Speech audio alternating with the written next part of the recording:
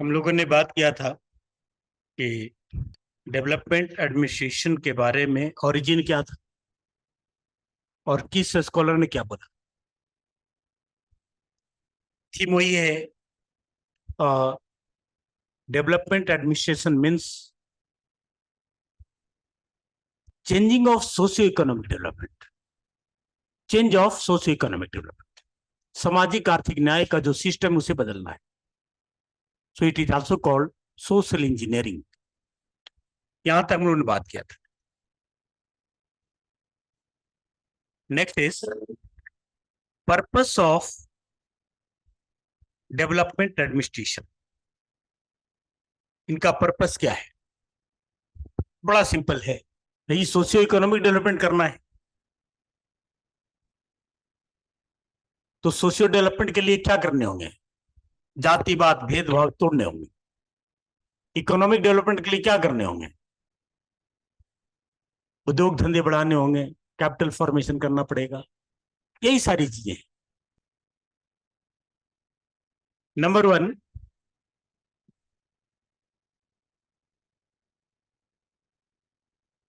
हो गया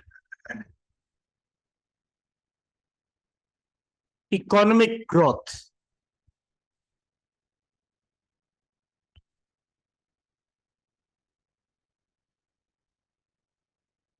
सबसे पहले रुपया बनाना होगा। रुपया सारी बुराइयों की जड़ है। रुपये नहीं है तो चोरी करेगा, झूठ बोलेगा, तो डेवलपमेंट तो होगी नहीं। तो first objective of the development administration means economic development. जज झूठ बोलता है रुपए के लिए, गवाह बदल जाता है रुपए के लिए, झूठ के सच, सच को झूठ, सब रुपए के लिए हो रहा है। इकोनॉमिक ग्रोथ के लिए एक जनता के रूप में आप समझ जाओ, डेवलपमेंट एडमिनिस्ट्रेशन पूरी पब्लिक से रिलेटेड है।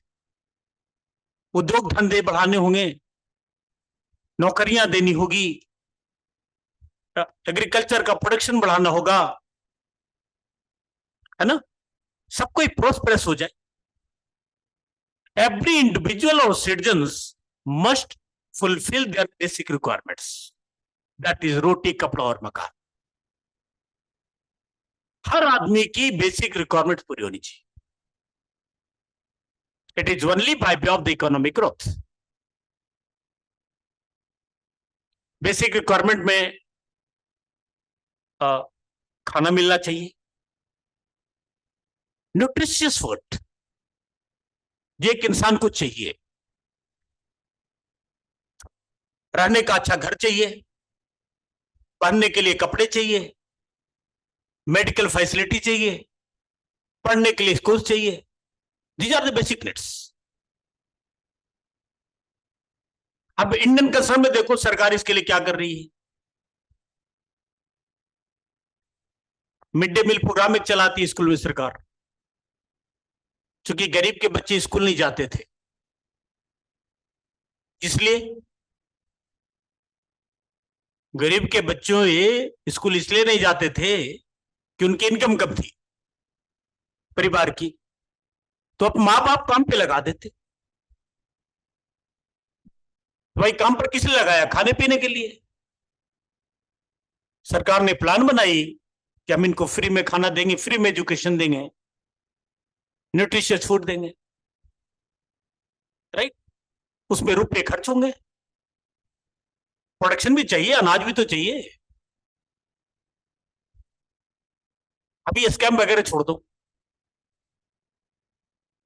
कि corruption is the feature of development administration. इसका एक फीचर है करप्शन।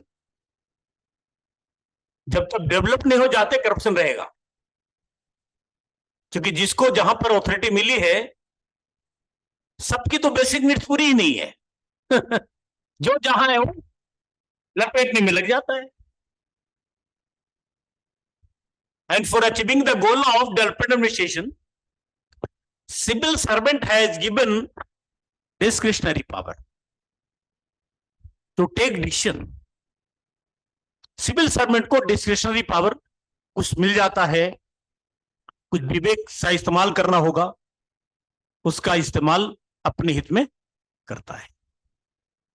अब जैसे सिविल का मतलब सारे सिविलियन, स्कूल में टीचर वो भी सिविलियन है, सिर्फ सिविल सर्वेंट नहीं, एडमिनिस्ट्रेटर ही नहीं। अब हेडमास्टर को मिडिल प्रोग्राम को प्रोजेक्ट करने हैं, राइट? तो कोशिश करेगा ना कि 100 बच्चे के अनाज है खिलाने हैं डेली, 50 कहीं बनाओ 100 को खिला दो। एक खेल तो ये होगा।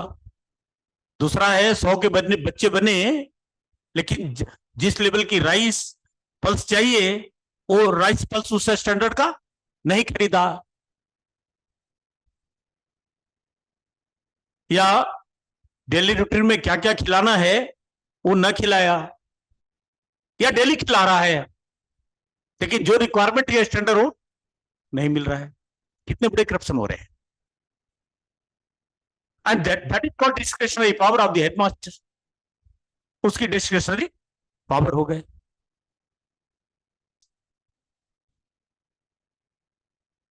Societal change in the direction of modernity, in the direction of modernity।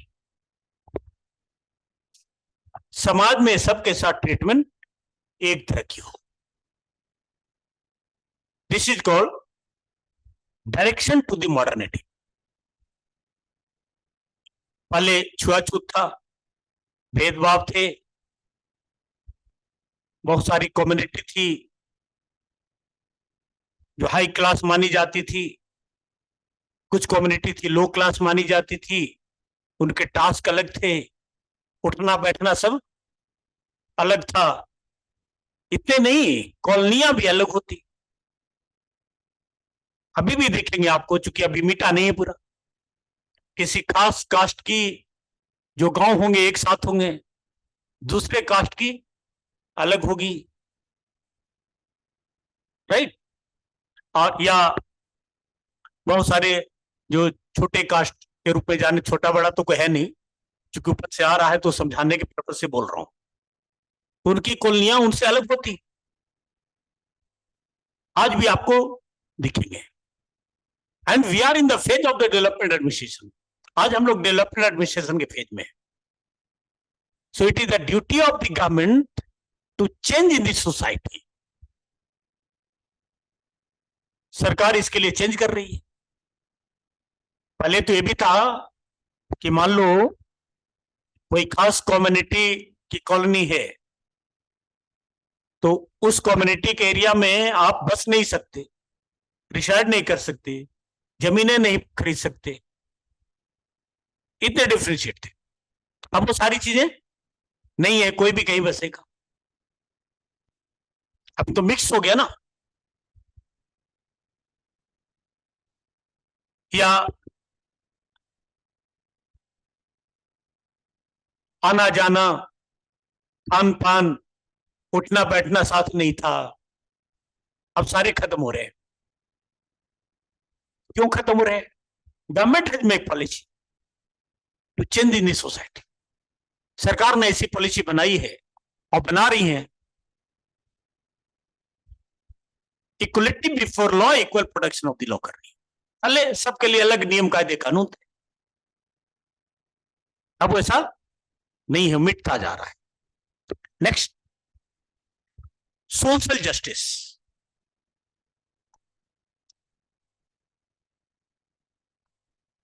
Social justice, right? सबके साथ न्याय हो,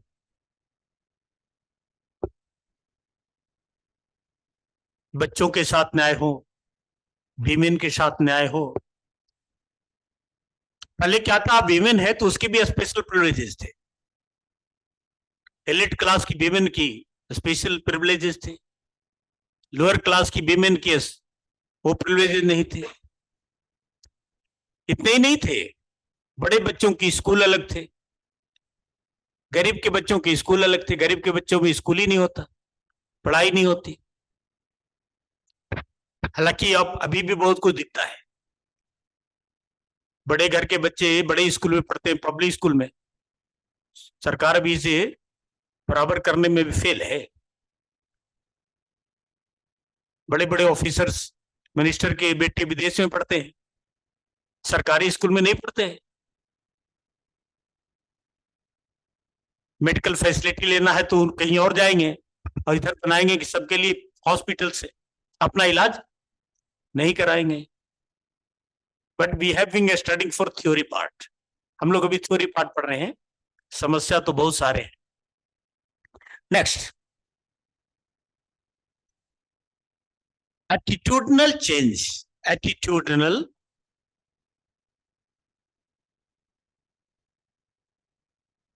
चेंज,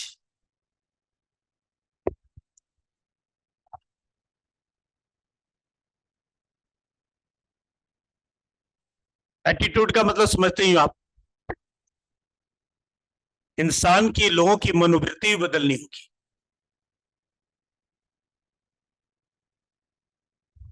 आपकी सोच को भी बदलने होंगे। सोच को कैसे बदले जाएंगे?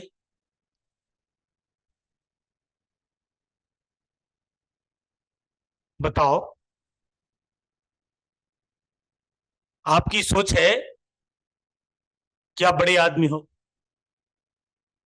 ऊंची कास्ट के हो,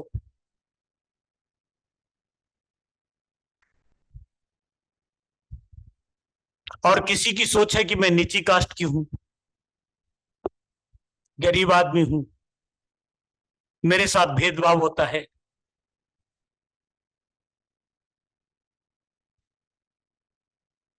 ये अमीरों का है, गरीबों का है। How to change this attitude? उसके लिए पढ़ाई करानी होगी एटीट्यूड की। Formation of attitude. आखिर ऐसे बना कैसे? How to change it? उसे बदले कैसे? भाई, एक ऐसे मानो बड़े लोगों की मोहल्ले हैं, गरीब लोग उधर नहीं जाता क्योंकि उसे लग रहा है कि हमारा वहां जाना ठीक नहीं है। अमीर को लग रहा है कि ये छोटे हैं, मेरे तरफ आना अच्छा नहीं है। तो ऐसा करें कि गरीब के मोहल्ला में अमीर को रखें, अमीर के मोहल्ला में गरीब को रखें।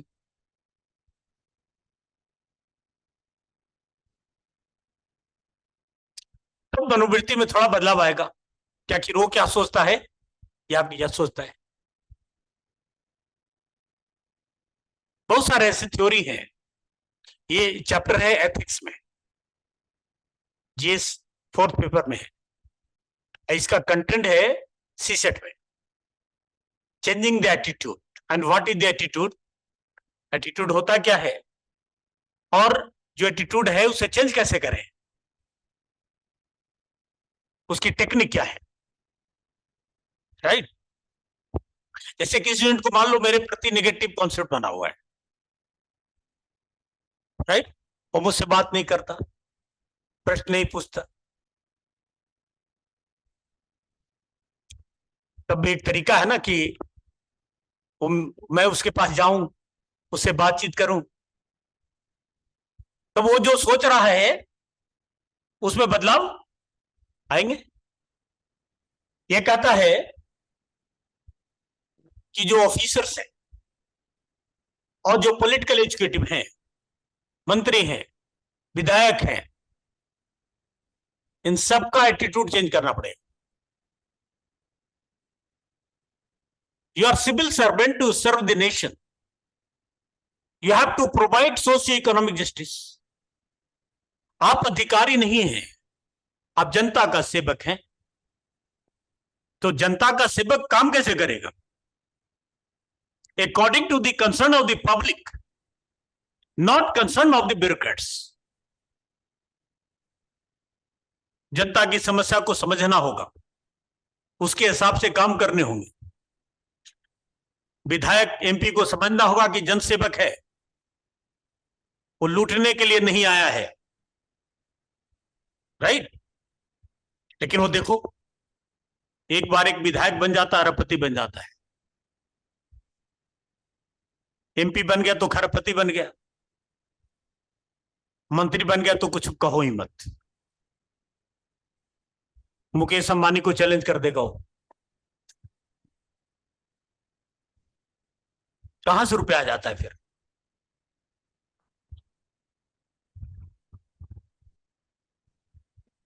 बताओ, एक एमपी को, एमएलए को, मंत्री को कितनी सैलरी मिलती है?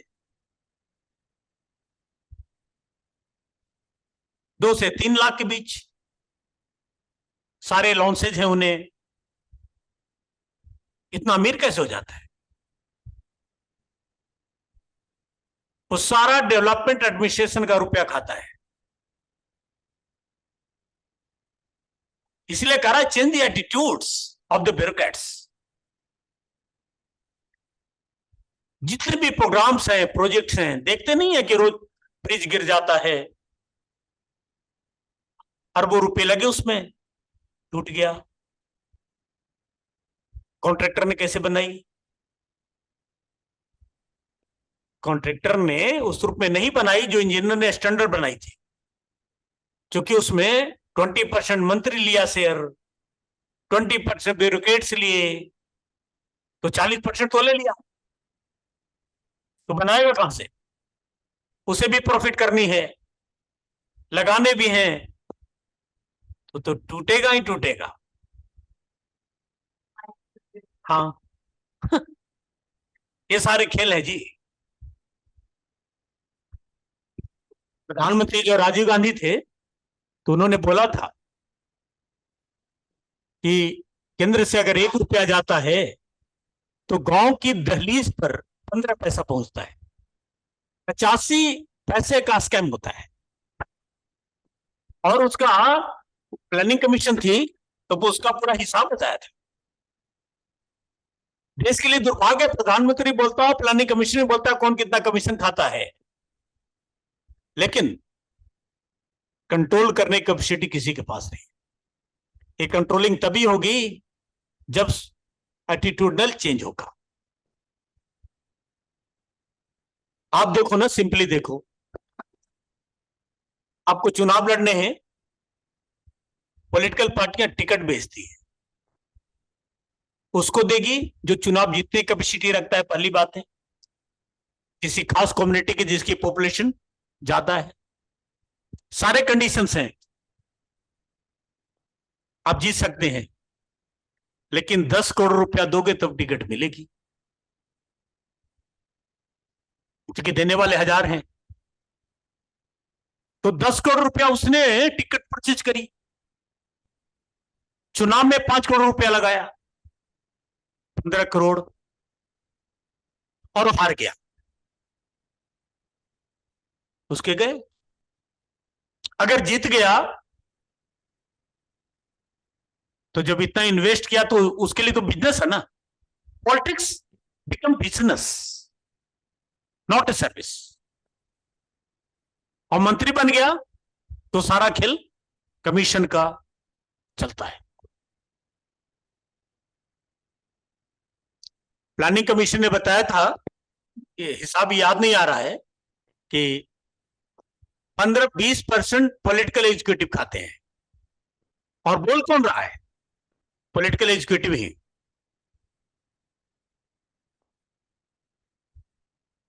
5% एमएलए खाता है, 7% एमपी खाता है,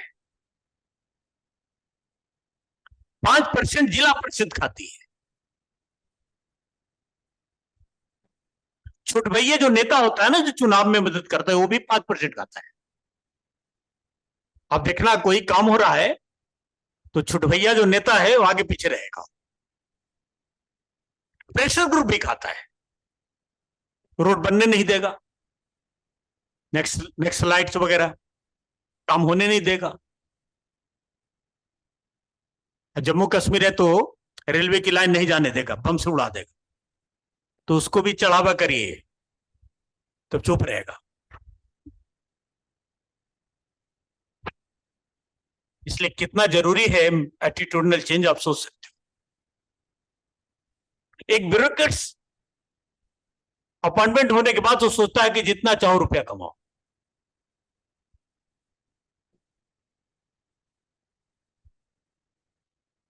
और कमा रहे हैं, और जो नहीं कमा पा रहे हैं नौकरी छोड़ दे रहा है, क्योंकि कमाने के लिए गया था और कमा नहीं पा रहा। तो बहुत सारे ब्यूरोक्रेट्स नौकरी छोड़ करके बिजनेस करने लग गए, कोचिंग खोलने लग गए, बहुत सारे आपको मिलेंगे। कोई स्कूल का कोचिंग खोल रहा है, कोई स्कूल खोल रहा है, क्योंकि उसका एटीट्यूड ही था कमाने की, सर्विस करने की नहीं थी।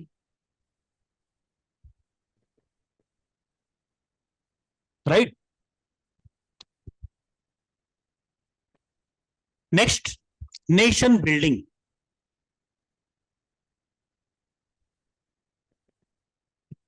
कभी कभी सुनते हैं आप कि कहीं छापा मारी पड़ा, वो कलर्ट था और अरबों रुपए घर से मिले,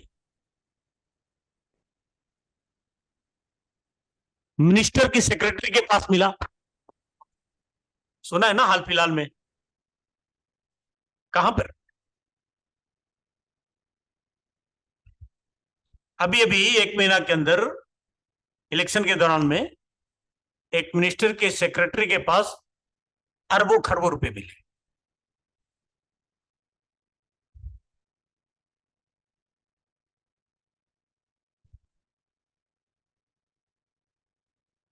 झारखंड में, सोचो आप, मध्य प्रदेश में एक कलर के घर में अरबों खरबों रुपया मिला। ये तो उस केस की बारे बता रहा हूं जो खबर में बनी, जो खबर में बनती ही नहीं है, पता ही नहीं चला, निकल गया वो निकल गया। हम इंडियन हैं, इसकी सोच बनानी है। आप बंगाली हैं तो पंजाबी है, ये सारे सोच खत्म करने हैं, नेशनहुड की फीलिंग लाने हैं।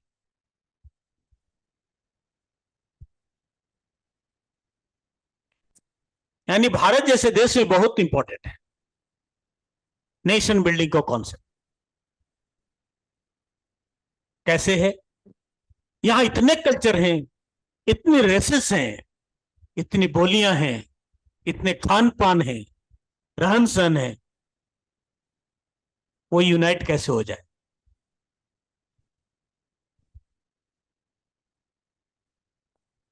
बंगाल वाला बोलते ना मैं बंगाली हूं,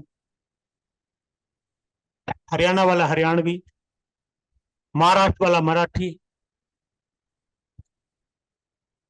महाराष्ट्र में तो हिंदी वाले जाते हैं तो शिवसेना और कौन कौन है, राज ठाकरे, वो बोलता है कि मराठी सीख, मराठी आता है तब यहाँ रहा, यही तो अटैक करता है, भागो यहां से हिंदी बेल्ट पे।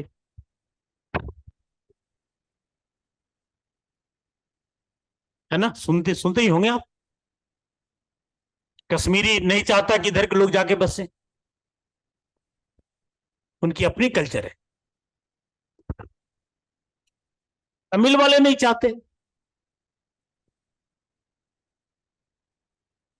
पता नहीं हिमाचल चाहता है कि नहीं चाहता, चाहता है, वो भी नहीं चाहता कि पहाड़ तरफ नहीं आए, मेरा पहाड़ खराब हो जाएगा।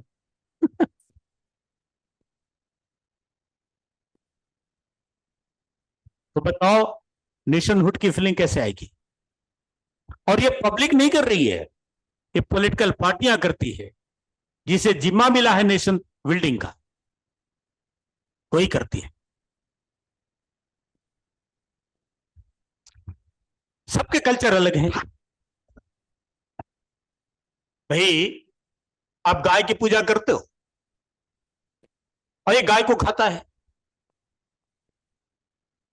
राइट?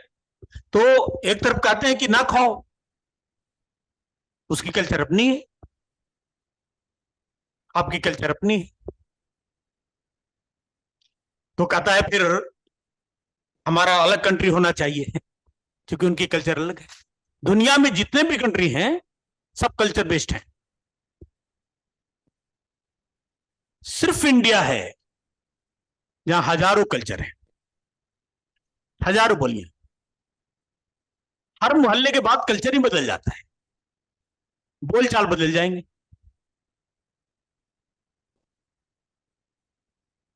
तो नेशनहुड की फीलिंग लाना कितना टफ काम है। भाई पाकिस्तान जाइए, मुस्लिम से। ईरान इराक जाइए, मुस्लिम है। अमेरिका ब्रिटेन जाइए, क्रिश्चियन से। ये ग्रेसेस हैं। हिंदुस्तान में देखो, वो सारे गोरे मिलेंगे, एक नस्ल है। हिंदुस्तान में काला भी है, गोरा भी है, ठिगना भी है, लंबा भी है। अब नॉर्थ ईस्ट के हैं तो मूछे ही नहीं है। मूछे नहीं होती ना, है थोड़ी बहुत होती है। नॉर्थ ईस्ट का जो मेल होते हैं, उनके मूछे दाढ़ी बहुत कम होते हैं, ना के बराबर होते हैं। तो अलग नस्ल है ना वो। पंजाब में जाओ, सब एक तरह लगेंगे देखने में, क्योंकि उनकी अपनी कल्चर है और नस्ल भी अलग है। कश्मीरियों का देखो, अलग नस्ल है। उनकी नाक बड़ी होगी, चेहरा लाल होगा। हर जगह देखो आप। पहाड़ की तरफ जाओ, अलग नस्ल है। पहाड़ मतलब आप ले लो, नॉर्थ ईस्ट भी पहाड़ी है, पहाड़ी इलाका है। उत्तराखंड भी पहाड़ी इलाका है। इसलिए नॉर्थ ईस्ट का आदमी को देखो और उत्तराखंड के आदमी को देखो, बहुत कुछ सिमिलरिटी मिलेगी। गोरे वो भी होंगे, हाइट कम उनकी भी होगी, और मुझ वगैरह उनकी भी कम होगी। कारण काफी रेसेस हैं हिंदुस्तान में। आए कहां से ये? सब बाहर से आए।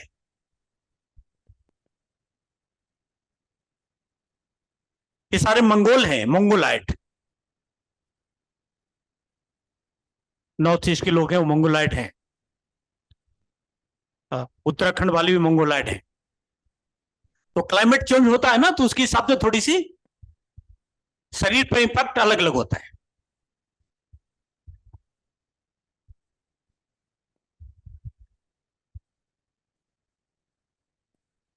आप तमिलनाडु में चले जाओ, उनकी एटीट्यूड अलग होगी। अब जब इतने एटीट्यूड है, how to survive in a country that is called overlapping in the terms of the risks. ये तो ओवरलैप कर रहा है। तो नेशन बिल्डिंग कैसे होगा, राष्ट्र का निर्माण? और it is the objective of development administration for creation of nationhood in every citizen. तो उसके लिए आपको क्या करने पड़ेंगे? बहुत सारी पॉलिसियां बनानी,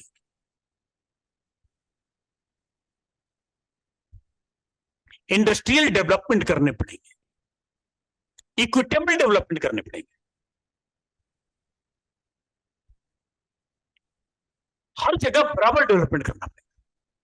सरकार नहीं कर पाई। एक छोटा सा एग्जांपल देता हूं, इस पर तो काफी बोला जा सकता है। आपको पूरे हिंदुस्तान में यूपी बिहार के लोग मिलेंगे, पूरे हिंदुस्तान में मिलेंगे। मैं कश्मीर पढ़ाने गया हूं 2-3 वर्ष, वहां भी बिहारी मिला बहुत सारे, जो इधर सुनता हूं कि उधर जाते नहीं डर से, लेकिन बहुत भरे पड़े हैं। कोई कारपेंटर का काम कर रहा है, लेबर के रूप में है, हर जगह। क्यों?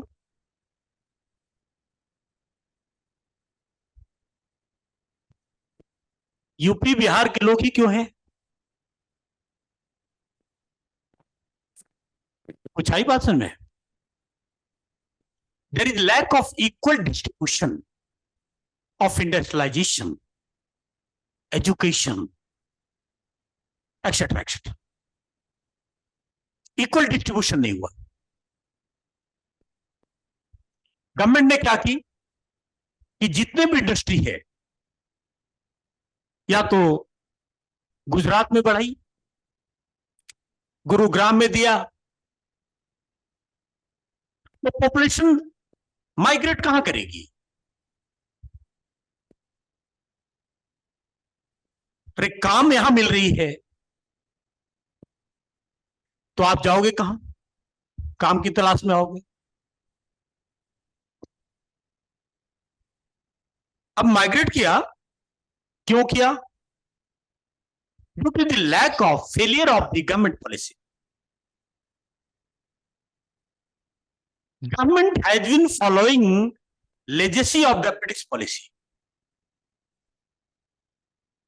सरकार उसी पॉलिसी को फॉलो करा रही है जो ब्रिटेन की पॉलिसी थी। ईस्ट इंडिया कंपनी जब आई थी तो इंडस्ट्री कहां बनाया था? कलकत्ता में बनाया, मुंबई में बनाया, सूरत में बनाया। And these all cities, they are the seashore of the country. ये समुद्र किनारे थे तो समुद्र से ट्रेडिंग होता था। And the purpose of the east India company starting business, वहां पर उन्होंने फोर्ट बनाई, कंपनियां स्टैब्लिश करी। आजाद भारत की सरकार आज भी वहीं पर बना रही है।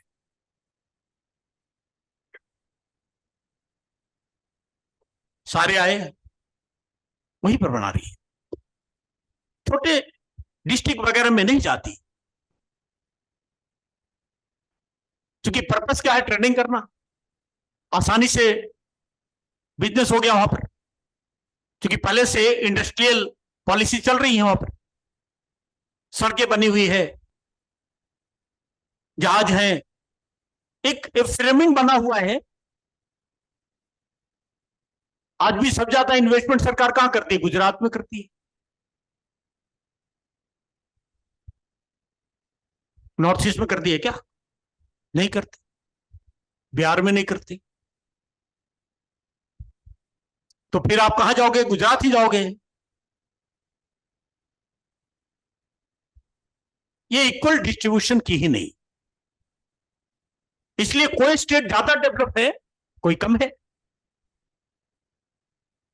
And the theme of the preamble of our constitution is social economic justice, जो कि इनजस्टिस हो रही है ना। The government has to follow according to the ideology of the preamble of the constitution, उसको फॉलो करने हैं। सरकार कर रही है, हम करते हैं। सरकार का नारा भी तो देखो, सबका साथ सबका विकास। इसका मतलब क्या है? सोशियो इकोनॉमिक जस्टिस है। सबका हम एक साथ एक समान विकास करेंगे। लेकिन नजरें उठाकर देख लो,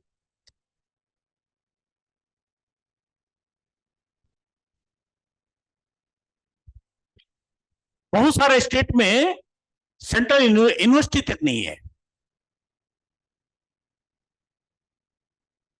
अभी कुछ खुला है तो स्टूडेंट पढ़ने के लिए कहां आएगा? दिल्ली जाएगा, चेन्नई जाएगा, तो माइग्रेशन करेगी ना। माइग्रेशन करेंगे तो फिर यहां पर आएंगे आप। यहां महाराष्ट्र गए तो पॉलिटिक्स ऐसी होती है कि अपने रीजन बेस्ड होता है, अपने कल्चर बेस्ड होता है,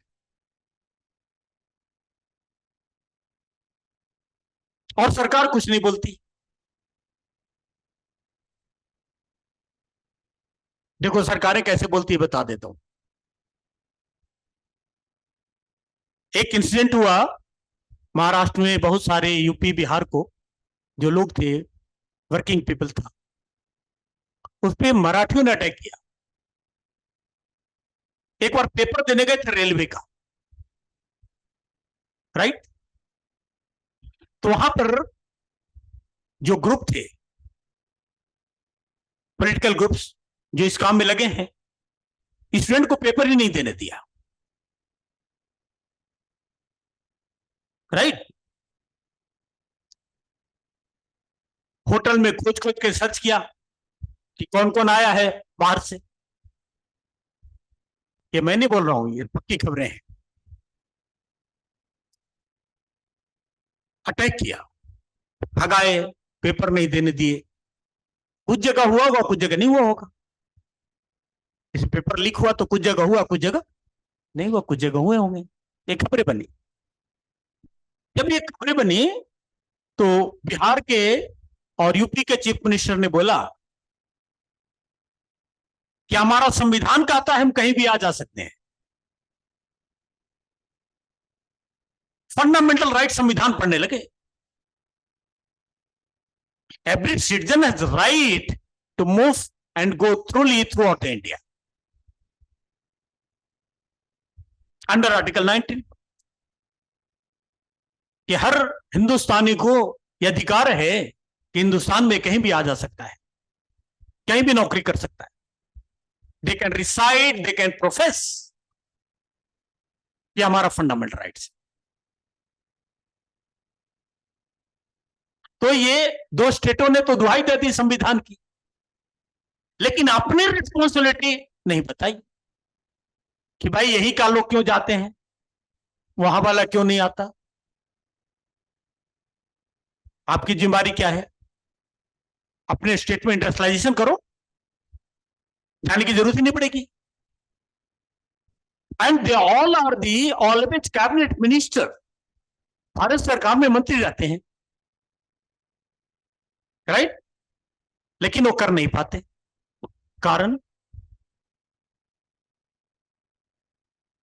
लैक ऑफ चेंजिंग एटीट्यूड्स,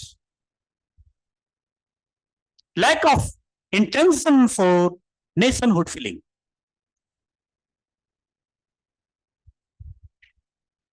अभी देखो,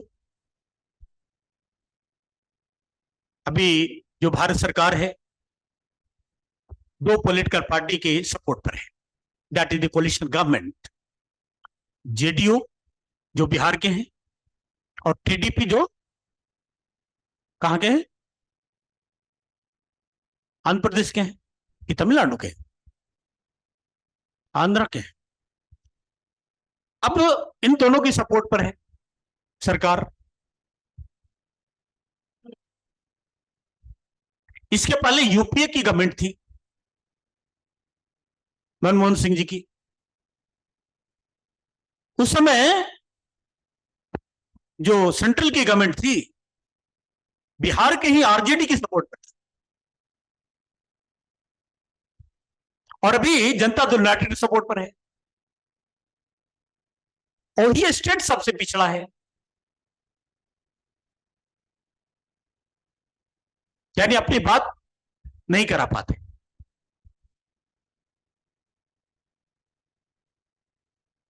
बात समझा गई? Political lack of desire of politics, क्योंकि उसका काम सिर्फ पावर को बनाए रखना है, सत्ता में रहे, दैट्स इनफ।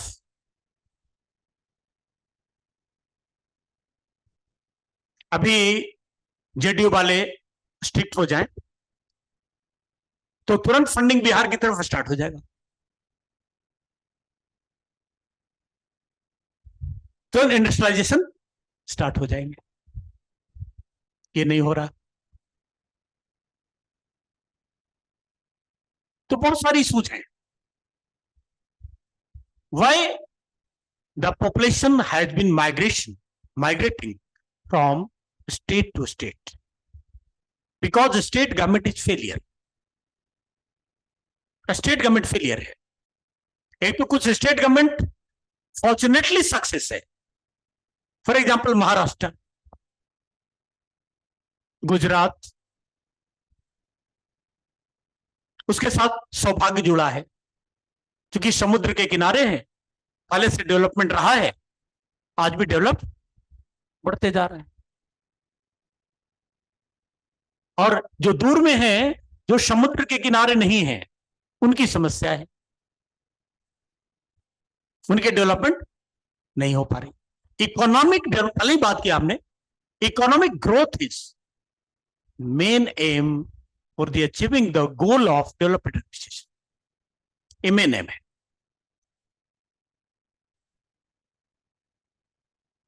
नॉर्थ ईस्ट की क्या समस्या होगी जी, आप बताओ। इंफ्रास्ट्रक्चर, लैक ऑफ इंफ्रास्ट्रक्चर है।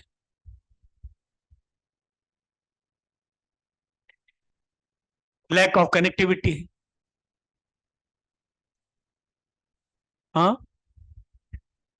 हाँ, डिफरेंट कल्चर है, रेसेस है। नॉर्थ ईस्ट में तो बहुत सारे रेसेस हैं, कल्चर है, रेशियल है, और सबकी आइडियोलॉजी अलग है, और सब में नेशनहुड की फीलिंग लाने हैं, not on the basis of caste create races. वो नहीं होना चाहिए। डेवलपमेंट एडमिनिस्ट्रेशन की ऑब्जेक्टिव ये भी है कि राजनीति को डेवलप करना होगा। पॉलिटिक्स मस्ट बी डेवलप, क्योंकि डेमोक्रेसी में तो पॉलिटिक्स ही सब कुछ है। क्या क्या हो सकता है इसमें, ये तो दो चार बातें लिखा। अच्छे कैंडिडेट आए, इलेक्शन अच्छा हो, जाति पर, कास्ट पर, रिलीजन पर, मंदिर पर, मस्जिद पर इलेक्शन ना हो, अच्छे कैंडिडेट आए, पैसे पर ना आए,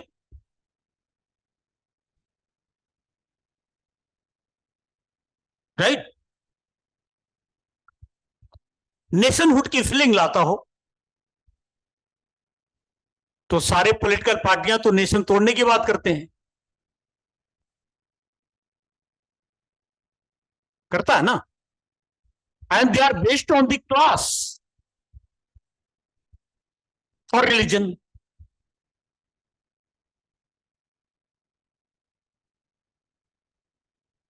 आप बताओ, जिसको जिम्मेदारी मिला है वही काम करता है।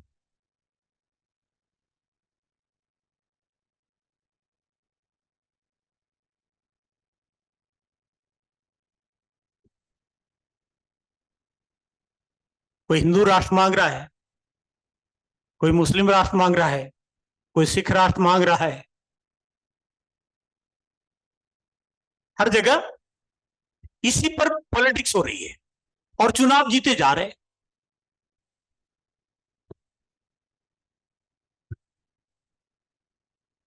एक अमृतपाल सिंह है, नाम सुना होगा आपने। आ, वो खालिस्तान की डिमांड कर रहे हैं। खालिस्तान का डिमांड बहुत पुराना है, आज नया नहीं है, जब से देश बना है तब से है। देश बना भी नहीं था तब से है। उसमें भारत, इंडिया नहीं बना था, पूरा भारत। क्योंकि जब हिंदुस्तान को आजादी मिली थी, आजादी मिलने के पहले सारे जो रेसेस थे, रिलीजन थे, अपना अपना स्टेट की डिमांड करते थे, और माउंटबेटन से मिलने का प्रयास करते थे, जो गवर्नर जनरल थे लास्ट का, वायसराय। क्योंकि हिंदुस्तान का डिवीजन रिलीजन पर हुआ बेसिकली।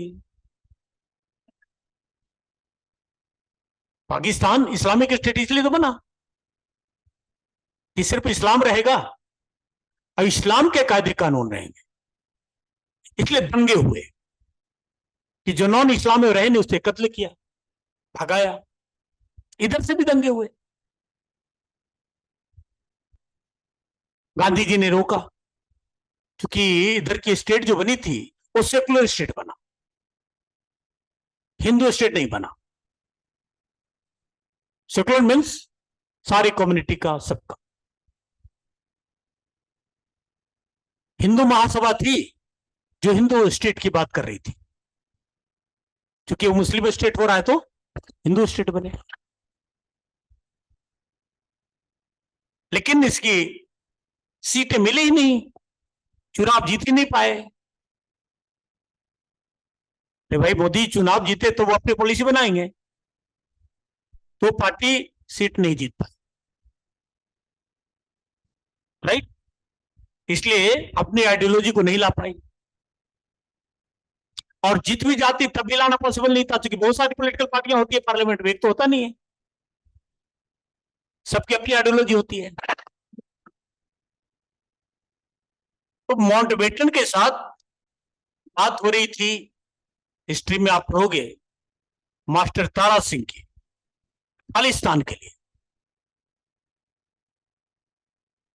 और बहुत, मास्टर तारा सिंह बहुत सीनियर आदमी थे, गांधी जी से उनकी कई बैठकें हुई इसी मुद्दे पर।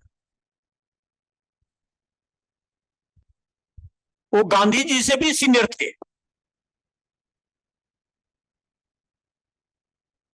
लेकिन सिखों के लीडर थे। गांधी जी सारे कम्युनिटी के लीडर थे,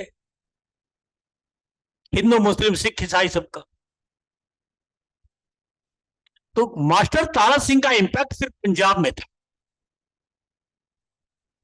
और पंजाब का बंटवारा हो गया,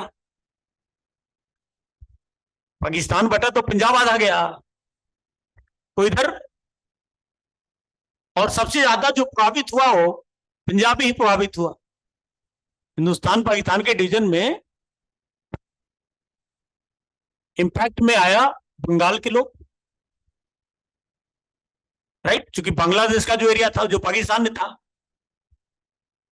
और इधर पंजाब के लोग, क्योंकि बॉर्डर लाइन यहां जुड़ रही थी। तो उस माहौल में उन्होंने भी खालिस्तान की बात पहली बार उठाई, लेकिन गांधी जी की चतुराई कि उन्हें अपने विचार में ले लिया, लेकिन रूट रखा गया, जो आज तक, बीच में तो और भी हुआ, इंदिरा गांधी की ये मर्डर हो गया, उनके ही सोल्जर ने मार दिए, बॉडीगार्ड ने।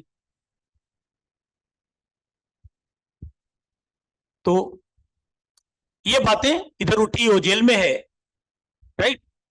देखो भाई, कोई अच्छा बुरा नहीं है, किसी को गलत नहीं कह सकते, जब उनकी लॉजिक पड़ी उसके संदर्भ में तो सही है, हमारी लॉजिक है तो मैं सही हूं, लेकिन देश का लॉजिक क्या है, तब वहां पर सब गलत हो जाते हैं, राइट। तो एक हिंदू के नजर में हिंदू राष्ट्र अच्छा लग रहा है, मुस्लिम के नजर में इस्लामिक राष्ट्र अच्छा लग रहा है, सिख के नजर में खालसा राष्ट्र अच्छा लग रहा है, तो देश के टुकड़े हो जाएंगे ना, देश के टुकड़े हो जाएंगे। लेकिन संविधान के नजर में इंटीग्रेशन है, प्रिम्बल में लिखा है, देश की एकता अखंडता को बनाए रखना है। So policy will be formulated in the concerning of every community, तभी देश चलेगी ना, सबके हित में पॉलिसी बननी चाहिए, तभी देश चलेगा, जो बनता नहीं है, कम ज्यादा होते रहता है। तो अमृतपाल सिंह जेल में बंद करा गया, भारत सरकार ने बंद किया, और जेल से जीत गया। इसका मतलब क्या हुआ, the people of Punjab likes the ideology of the Khalistan, वहां के लोग खालिस्तान चाहते हैं, तभी तो उस विचार पे वोट दी, विदाउट कंपेनिंग वो जीत गया, राइट। यानी वहां के लोगों की एटीट्यूड बदलने होंगे, एटीट्यूड पंजाब के लोगों को बदलना होगा। कैसे बदलेंगे आप,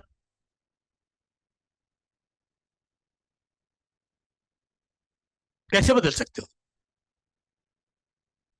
एक तरफ इधर बहुत सारे साधु सन्यासी बोलते रहता हिंदू राष्ट्र बनाओ, हिंदू राष्ट्र बनाओ, सुनते रहते होंगे आप, नहीं सुना है कि नहीं?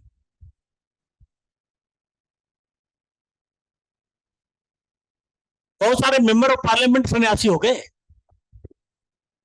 जैसे अमृतपाल मेंबर ऑफ पार्लियामेंट हो गए, ये हिंदू आइडियोलॉजी को ले गया, अभी जीता ना, वो सिखिज्म आइडियोलॉजी ले गया तो वो जीत गया। जेल में बंद हो या खुला हो, इसे क्या अंदर पड़ता। तो जब आप हिंदू राष्ट्र की बात करोगे तो दूसरा को भी तो कहेगा ना, और सरकार चुप रहती है, सरकार चुप रहती है। जो साधु सन्यासी है मेंबर ऑफ पार्लियामेंट, खुलकर बताता हूं आपको, बीजेपी का मेंबर ऑफ पार्लियामेंट है और वकालत कर रहा है हिंदू राष्ट्र की, सरकार चुप कैसे है? इसका मतलब आपकी इंटेंशन है भाई आप गलती कर रहे हो, मैं इग्नोर कर रहा हूं, ध्यान ही नहीं देता, उसको उस पर कोई बहस ही नहीं। बहस के लिए चर्चा भी लाया तो हटा दो, नहीं भाई इस पर चर्चा नहीं है। तो इंटेंशन क्या है?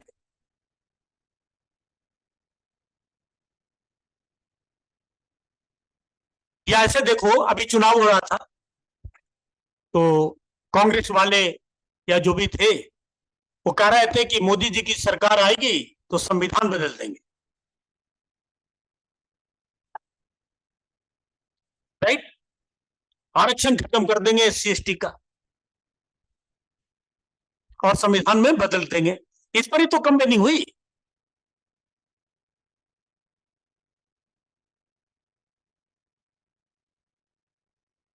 भारत सरकार या मोदी जी ने कभी बोला ये सब झूठ कंपेनिंग है, संविधान नहीं बदले जाएंगे? इसका मतलब फिर क्या हुआ? अगर ये मैं आपको बोल रहा हूं कि आपने किया, आप ये करोगे, तो आप बताओगे ना देश को कि आप वो काम नहीं करोगे। लेकिन पूरे कंपेनिंग में पूरी पार्टी एक शब्द नहीं बोली इस बात पे। परिणाम क्या हुआ? अपोजिशन को ताकत मिल गई।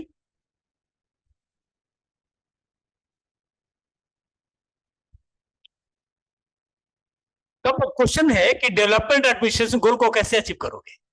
Development, achieving the goal of development administration is not easy task.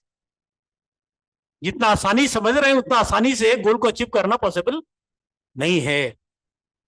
उसके लिए एटीट्यूड चेंज करने हैं, पॉलिटिकल सिस्टम ठीक करना होगा, एडमिनिस्ट्रेटिव सिस्टम ठीक करना होगा, लोगों की मानसिकता बदलनी होगी, इक्वल डेवलपमेंट करना होगा, राइट। बहुत बड़ा काम है। तो इसके लिए आपको क्या करना पड़ेगा? Administrative reform. प्रशासन में सुधार लाने होंगे। जो अधिकारी बने वो लूट न ले, मंत्री बने वो लूट न ले, सब सारे तो लुटेरे आ गए, लुटने में लगे हैं। तो इसमें आपने लिखा political development, equality of people in the eyes of law. कानून के नजर में सब बराबर हो। 3 नए कानून आए हैं, राइट। पढ़ाऊंगा मैं आप तीनों कानून, आपका सब्जेक्ट है लॉ एंड ऑर्डर का, समझा दूंगा सारा एक दिन। थोड़ा सा स्टडी किया है क्योंकि बड़े लंबे हैं, 102 पेज का एक एक लॉ, क्योंकि गजट होती है ना, उसमें बड़ी चीजें हैं। और प्रैक्टिकली इंप्लीकेशन में क्या समस्या आती है वो आगे बात होगी। And the capacity of the political system to produce according to the demands of the political system means our parliamentary form of the government, जो सरकार बनाते हैं। इसमें कैपेसिटी होनी चाहिए जनता के डिमांड के हिसाब से पॉलिसी बनवाते। पॉलिसी बनवाना ही नहीं, पॉलिसी इंप्लीमेंट करा दे। Making policy is very easy task, हम लोग पढ़ते रहे हैं। Implementing policy difficult task. अपनी पॉलिसी आईएएस बनने का बनाया ना, ये बहुत आसान काम है कि आईएएस करूंगा। पढ़ना डिफिकल्ट काम है एक प्रोग्राम तरीके से पढ़ना ताकि जो गोल है उसे अचीव कर लें। And differentiation of government rules and organization in the process of meeting of challenging or development tasks। यानी जो डेवलपमेंट काम हो रहा है उसमें गवर्नमेंट का रोल बहुत इंपॉर्टेंट है। एंड नेशनहुड का सेंस देना है। जो पॉलिटिकल पार्टियां नेशनहुड का सेंस देने में फेल हो रही है।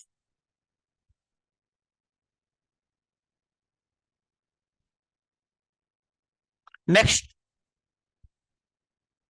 Modernity of administration.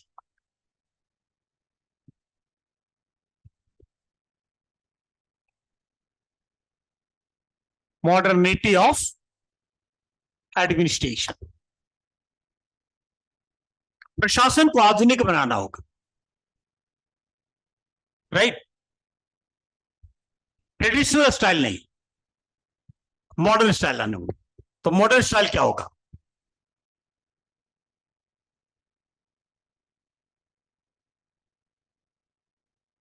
Modern style का मतलब यहां पर है follow the western style. Western style के टेक्नोलॉजी काफी विकसित हैं, उसको अडॉप्ट करिए। अब देखो, अभी जो लॉ आया, इंडियन एविडेंस एक्ट का आया, और एफआईआर वगैरह लिखने की बातें आई, तो पहले एफआईआर जो हम लोग लिखते थे, थाना में जाना होता था। थाना वाला हो सकता ना लिखे, कंप्लेन तो ले लिया लेकिन नहीं लिखा। अब नए कानून में मॉडर्निटी है, ऑनलाइन होगा। अब तो थाना वाला कह नहीं सकता ना कि नहीं आया। जो शिकायत तो होती है कि कंप्लेन ही नहीं आया। अब तो ऑनलाइन चले जाएंगे, कहां जाओगे आप? ये हो गया मॉडर्निटी। टेक्निक्स मॉडर्न होनी चाहिए, स्ट्रक्चर मॉडर्न होना चाहिए। वर्कर जो काम कर रहा है, जो पुलिस काम कर रहे हैं, उसकी ट्रेनिंग वगैरह भी मॉडर्न होनी चाहिए। क्योंकि पुलिस के बिना गवर्नेंस चलेगी नहीं। तो मॉडर्न टेक्निक में पुलिस को कैसे बनाने होंगे?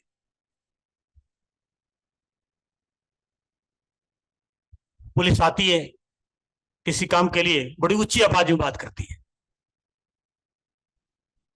पब्लिक ऐसे ही सहम जाता है। और पुलिस को आना आपके दरवाजे पर सोसाइटी अच्छी नहीं मानती। ऐसा क्यों हो जाता है?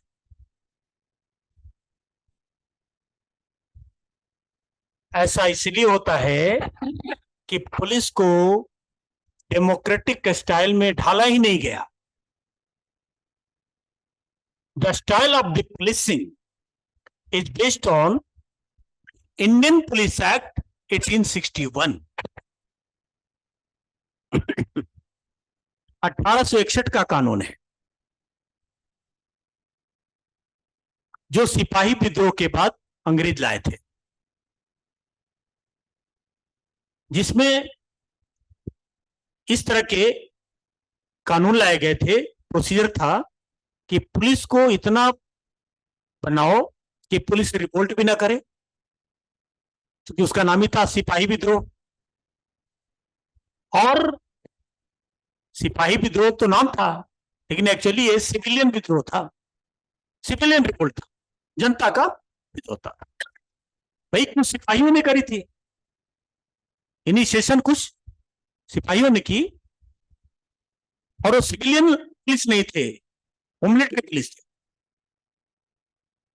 ये थाना चौकी वाला पुलिस ने नहीं करा, कैंट वाले ने किया, मंगल पांडे सिंह का जो जिक्र नाम सुना था। तो उसके साथ पूरी जनता हो गई थी। तो ब्रिटिश गवर्नमेंट ने, ब्रिटिश पार्लियामेंट ने, that administration was value neutral. हमारा एडमिनिस्ट्रेशन था ही नहीं, न्यूट्रल थी। उसने कानून बनाई कि पुलिस जनता के साथ इस तरह से ट्रीट करे कि जनता डर जाए, उनके रोंगटे खड़े हो जाए। इसलिए ट्रेनिंग भी ऐसी दी जाती रही। पुलिस का बात करने का तरीका, हर तरह से देखो। कांस्टेबल को खास करके जोर से बोलना, डांट के बोलना, मार कर बोलना, राइट। और आपको कोई शिकायत है तो थाना नहीं जाते।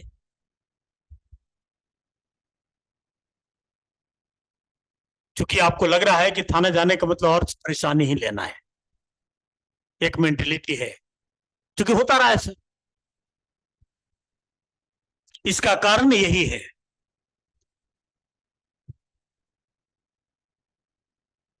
कितने वर्ष हो गए आजाद हुए, जोड़ लो। आज है 2024।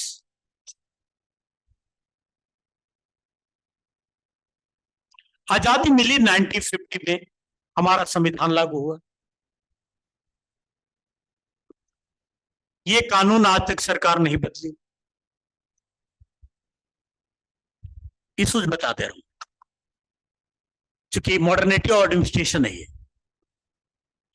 Police is the subject of state. Police state का सब्जेक्ट है। So state government is responsible for reforming the police. इसके लिए स्टेट की सरकार ने किया आजादी के बाद। एट फर्स्ट इन 1961 इनिशिएट हो रहा है कि हमें पुलिसिंग में सुधार करना होगा। ये ब्रिटिश मॉडल वाला जो पुलिस है ना, जो लोग डरते हैं और पुलिस का बिहेवियर ऐसा है, उसे बदलने होंगे। इसलिए सबसे पहली बार 1961 में बिहार गवर्नमेंट ने पुलिस कमीशन बनाई, reform in the police, police में रिफॉर्म करने के लिए।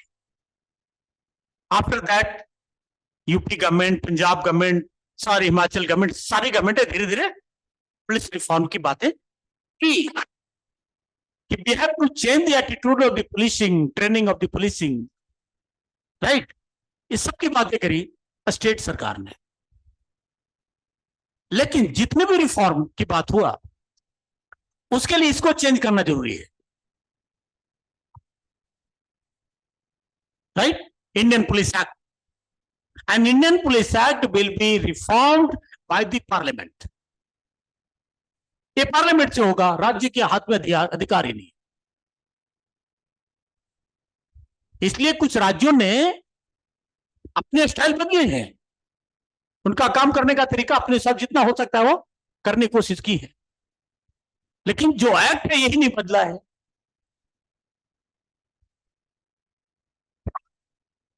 Even central government has established number of police commission. Central government ने भी बनाई। एट फर्स्ट इन 1977 सबसे पहला नेशनल पुलिस कमीशन बना 1977 में। जब सारे राज्यों ने कमीशन बनाई अपने अपने स्टेट के लिए कि हम डेमोक्रेटिक पुलिसिंग कैसे थे। जनता को पुलिस पर विश्वास नहीं, पुलिस को जनता पर विश्वास नहीं, दोनों एक दूसरे को चोर नहीं देख रहा है। तो इस एटीट्यूड को कैसे चेंज करें? तो स्टेट सरकारों ने, चूंकि स्टेट सब्जेक्ट है बताई, तो भारत सरकार को रिपोर्ट किया, भारत सरकार ने नहीं बनाई, कांग्रेस की सरकार थी। In 1977, anti-Congress government has been governed in India at first.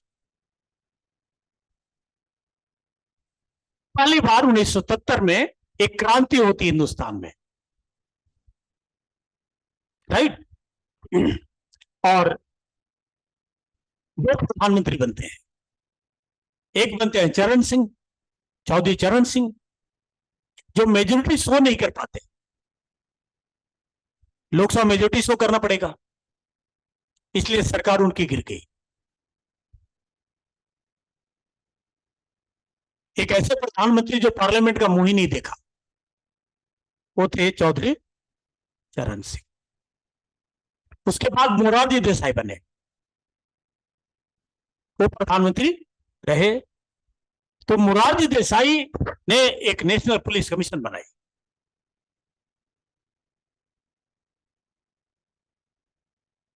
It chairman was mister Dharamvir. Dharamvir chairman थे, जो बंगाल के गवर्नर थे, एक्स गवर्नर, बेसिकली हरियाणा के थे वो, और डीजीपी थे वो, डायरेक्टर जनरल ऑफ पुलिस। वो आईपीएस थे और उसके बाद बंगाल के गवर्नर बनाए गए थे। इनके लीडरशिप में एक नेशनल पुलिस कमीशन बनाई। इस पुलिस कमीशन ने भी बहुत सारी रिकमेंडेशन करी। तो recommended to recommend amend Indian police act 1861 model. उसके बाद कितनी सरकारें आई, किसी ने 1861 कानून में बदलाव ही नहीं किया, आज तक नहीं किया। भारत सरकार तो लंबी लंबी बातें फेंकती है। अभी जो लॉ आया है, पुलिस को बहुत अधिकार मिल गया। अब पुलिस रिफॉर्म नहीं है, कानूनन अधिकार बहुत सारे मिल गए, लेकिन लैक ऑफ पुलिस रिफॉर्म। राज्यों ने जितना किया जो किया, और जब तक राज्य या केंद्र मिलकर नहीं करेंगे तो ये काम नहीं होगा।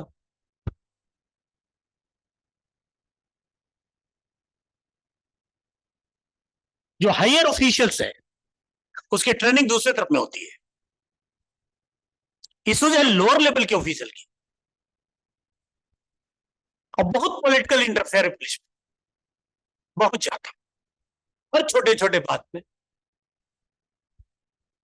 और पॉलिटिक्स के ऊपर कोई है नहीं, तो अच्छी गवर्नेंस कैसे चलेगी?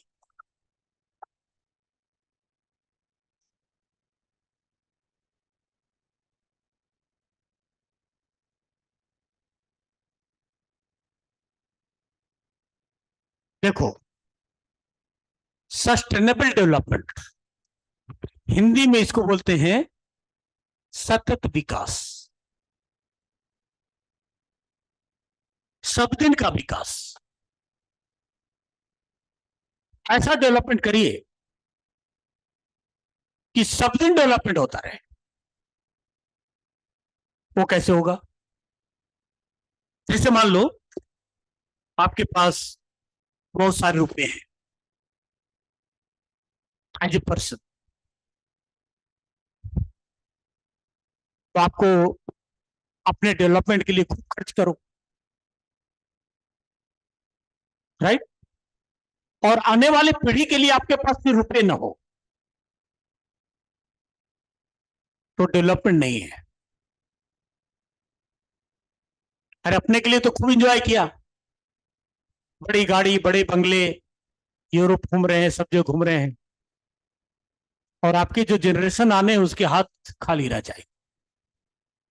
तो ऐसा डेवलपमेंट करिए कि आने वाली पीढ़ी को भी वही सेवा मिले जो आज आपको मिल रही है।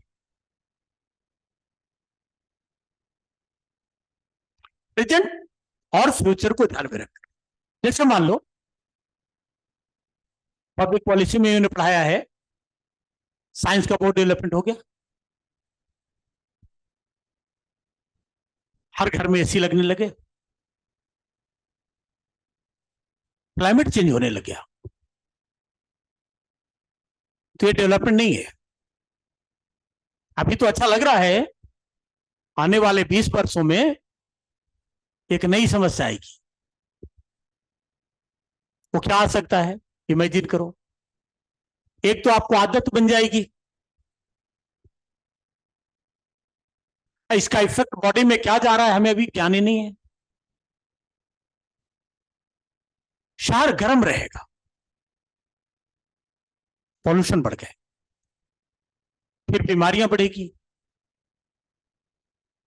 आप तो सुख में हो, आने वाली जनरेशन बीमार रहेंगे। इसी को बोलते हैं सस्टेनेबल डेवलपमेंट। जो भी डेवलपमेंट की पॉलिसी बनाए हैं, फ्यूचर को देखकर बनाए। मान लो आपने अपने डेवलपमेंट के लिए बिजली बनाने हैं, पूरे कोयला का इस्तेमाल कर दिया। कोयला समझते हो ना, कोल, इतना इस्तेमाल किया आपने, बिजली का पूरा प्रोडक्शन कर ली, सब कुछ कर लिया, आने वाले समय कोयला ही खत्म हो गया।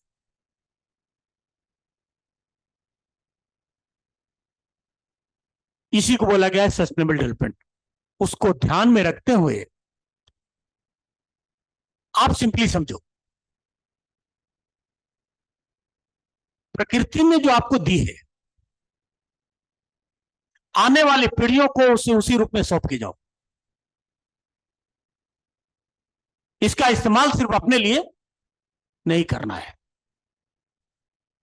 आने वाले जनरेशन को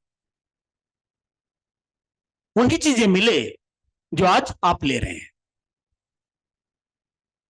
आज बढ़िया डेवलपमेंट मिल रहा है, ये चीजें उसे भी उसी रूप में मिले। अगर मान लो एसी का इतना इस्तेमाल होता है तो बीमारी आ जाती है, तो उस रूप में नहीं मिला ना, तो ये सस्टेनेबल डेवलपमेंट नहीं है।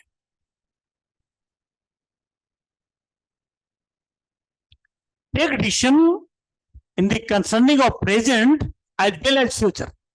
फ्यूचर जनरेशन, आने वाली पीढ़ी को भी उसी रूप में वैसे ही सेवा मिले जो आज यूज कर रहे हैं आप। इसलिए एग्जाम्पल दिया, आपके पैसे थे, खूब इंजॉय करी, और आने वालों के लिए कुछ बचा ही नहीं, उसके पास पैसे नहीं है, अपनी पूरी संपत्ति बेच के एंजॉय तो कर लिया।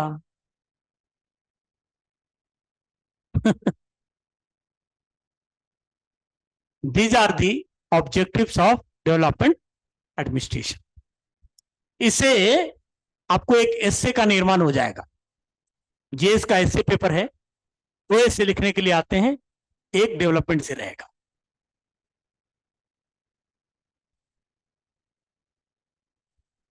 एडमिनिस्ट्रेशन तो कई एक डायमेंशन से पढ़ा देगा ना आपको, कई एक तरह से फायदे दे देंगे। एक पब्लिकली अवेयर हो रहे हैं ना आप, एज ए सिटीजन अवेयरनेस आ रही है कि आखिर है कहा, सिस्टम काम कैसे कर रही है, और उद्देश्य क्या है सिस्टम का, समस्या कहां है, बस आदि तय रखो।